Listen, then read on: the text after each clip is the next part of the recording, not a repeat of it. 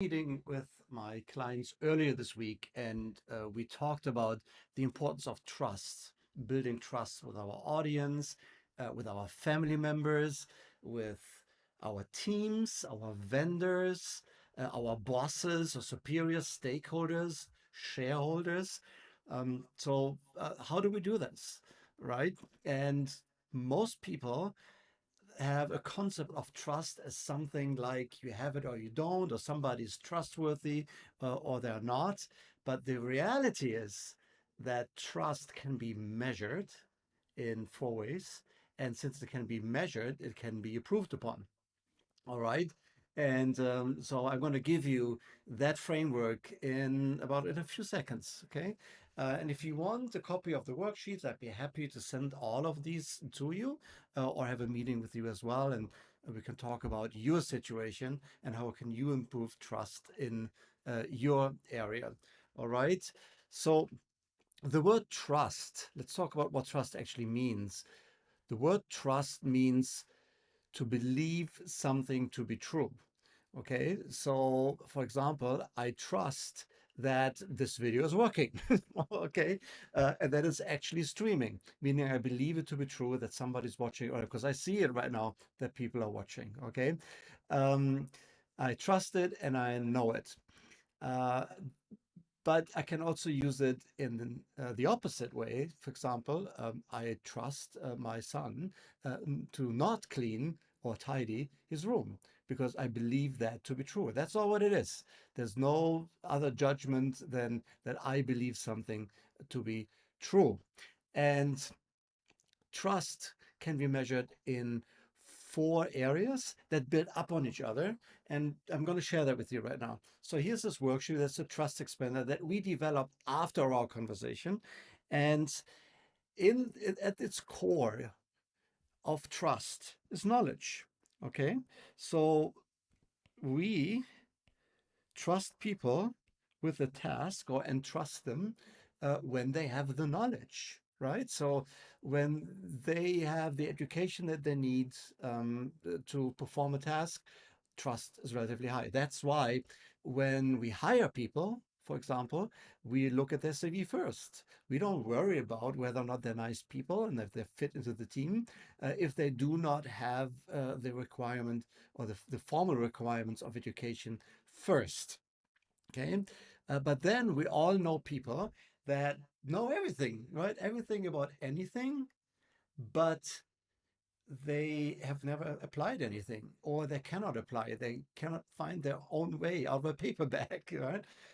We call them intellectuals, and I'm just kidding here, guys, right? But we know those people who have all the intellectual knowledge, but they can't apply it. Um, uh, and yeah, so you will not trust them with a task that they need to do if they don't have the experience. So the second level is experience. So if somebody has knowledge and sufficient experience in successfully applying it, we trust, we have a higher level of trust that this person will perform in a way or behave in a way that we expected. Okay. Um, but that doesn't mean that we completely trust them yet because maybe then we don't like them. We all know people, we all have vendors, right? Who know they are experts in their field. They are highly experienced, but they're such a pain to work with, right? And maybe we've been some of the one of that person for someone in the past, right? So likability is the third layer of building trust, and it is a practical competence. Likability has to do with responsiveness, which you can measure, the the kind of words that you choose in order to communicate a thought, your ability to reframe a conversation, to deflect or resolve conflict, which, by the way, is a skill as much as it is an art. How you talk, how empathetically we listen. You know, are we people who give energy to people or we suck it out of people. All of that matters, and these are practical competences that can be learned. Uh, and lastly, the fourth layer is, because we all know these people as well, who are absolutely knowledgeable, they have all the experience that we need, they're a pleasure to work with, but their delivery is inconsistent, right? So sometimes the quality is high, sometimes it's low. Sometimes they deliver on time, sometimes they don't. Sometimes they keep their promise, and sometimes they don't. And we all do this. We all have done this, where we said to a client, for example, we deliver by COB on Friday. And in our head, that was Monday morning. And then we thought, okay, we tell them Friday, we work over the weekend, give it to them on Monday. That is an incongruency that the clients pick up on. And when this happens a lot, people start trusting you. It's the same with yeah, your kids. We said you're going to pick you up at 3 and you forget it. Once you're forgiven, twice it's a different story. With your spouses, same thing. I said, I'm going to go, I'm being home at 8 and you come back at midnight and you do that often, then of course the trust isn't there. If you have an audience that you want to develop and yeah, sometimes you publish something on Thursday and sometimes on Tuesday, and then some weeks you don't publish anything, uh, they will see that and they will not trust you to be the right person to work with. So consistency matters. And you can work hard on everything else. You can have all the knowledge, experience, and likability in the world. If you're slightly inconsistent, um, it's not it's not going to work out. And your audience, the people that watch you, your kids, your team members, just your vendors, your freelancers, your clients, they are like 5-year-old children. And 5-year-old children, if you're a parent, you know that they don't always listen, but they always observe you. They know exactly what you spend time on and what is important to you and how much they can get away with. Yes.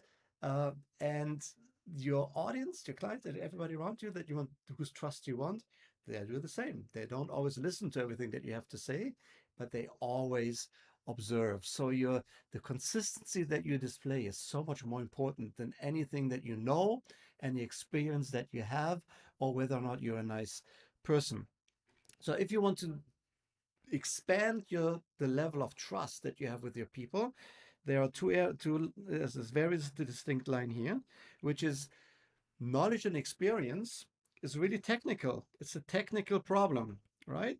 So if you do not know anything, easy to solve, right? You just take a course, read a book, go to a workshop, get a coach, and you learn something, and then you apply it, and after a while you have that fixed. The second layer, the likability and consistency, they are a matter of behavior. Yes, and behavior is the most difficult thing to change, right? It's hard to change behavior that you have acquired for so long. If you're consistently inconsistent, that's a behavioral issue. And the difference between behavioral and technical is not of importance, right? So when you, for example, take a doctor and they repair a fracture, a very complicated fracture on your knee, for example, that is a technical problem. Not because it's trivial, but because there's a process in place to learn how to do this and a process operationally to get this done. Okay. But your behavior, how you deal with clients, your bedside manners, and so on, that is behavioral, and that needs so much more adjustment. Okay. So that's why for if you want to build trust, there's a training element and there's a coaching element that you want to apply, and where you get the guidance and the feedback, quite frankly, from a coach on how to do this better with your environment. So the next time you need to diagnose a relationship, when you hear from your team there's a low level of trust within the organization, when you feel that your spouse doesn't trust you, your kids stop trusting you, your audience stops following you, or they're not engaging with you anymore because, quite frankly, they don't feel it's safe to interact with you. It's a trust issue. And with this model, you can easily go back and examine it, right? And diagnose and can check, you know, do I have the knowledge that people expect me to have, and do I have the experience? And maybe you don't, maybe you do, or maybe you just have all of that, but you're not communicating it well in a way that that it gets through to the people that you're communicating with. For example, when I started my job at the World Bank in like 21 years ago, I haven't been there for like 16 years. So, but back then I got headhunted. Okay, I was the best, one of the leading managers uh, in my industry at the time, right? And that's why they headhunted me. I would have not applied, and then they hired me, and it was a huge thing, you know. So I had to go there and interview for 2 days in front of four interviewing panels and the director and so on. And yeah, so I got the job, and I started my job, and my team, or not, but a third of my team, they just didn't trust me. Why? From day one. Why? Because I was in charge of the global provision of translation and interpretation services at the World Bank. Yes, but I'm a businessman. I'm not a translator. Yeah, I learned the about the industry through the business route, and because I was always like an executive, a manager in that field, but never a translator, right? So, and they said, how can you manage us if you're not a professional translator and you've never done it? What they didn't know is that I did do it, but it's a different story, right? So in their mind, I didn't have the knowledge or the experience to be able to lead them. So I had to reframe it in a way that they understood that it's not about me being a translator, but me being able to transform the way we work and leading people to do their jobs better. And with some people that worked and some people that didn't at the time, I wasn't so experienced and knowledgeable about managing change and building trust. But this was good. That's just an example of how knowledge and experience can lead to a lack of trust from day one. Okay. There were people in my group that said, he's very nice, right? But, he's not a translator, so he cannot be a manager, kind of thing. So that's one. Then if that's not the case, then look at likability. Is there anything in my behavior that people don't like? Coming back to my example with the World Bank, same thing. We had an issue somewhere with like some between two groups, and in one of the meetings, I casually said, I think we need to investigate this, right? And like in more detail. What I meant is we need to triage it more and see what's going on. For them, the word investigation meant a formal, like legal HR investigation into into the issues, and they immediately said, "Oh, okay, here's an overreaction on both sides, right?" And trust was gone with that people for a while. And it always takes longer to build trust it takes longer to rebuild trust than to create it in the first place.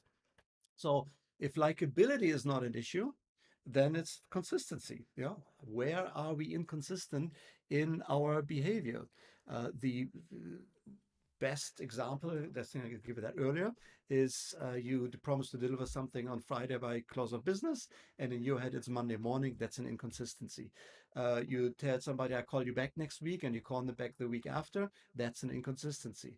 You promise certain, like a report or any kind of follow-up. That's an inconsistency. You promise you to pick up your kids from school. You don't show up, or show up half an hour late. That's an inconsistency. You send your emails out, so like your email newsletters, sometimes on Tuesday and then on Thursday, and sometimes you don't. That's an inconsistency. And remember, people will always observe you, and the slightest inconsistency will lead to a lower level of trust. So, uh, very easy to do. You can diagnose it, and once you've diagnosed it, you know whether or not you need coaching or you need training. If you want a copy of the worksheets, I'd be happy to give them to you. Just comment in here. I will also put into the comment a link where you can book a 10-minute call with me. What we're going to do in this call is look at where you are in terms of trust, what's working for you, what's not working for you, what's in the way, and what are the three things that we can do to move you forward. Okay, so that link is right here. And so three things I want you to do. One, um, like this video and share it. Second, book a call. And three, um, if you don't want to do either, then tell other people about it, right? And have them to increase trust. That would be so super awesome for me. All right. So, but hopefully that link that I'm going to put you soon. And if you watch that as a recording, it's already going to be there. Book that call, and I will be happy to help you move forward with quote unquote trust issues. All right. And improve trust with your loved ones and everybody who's important.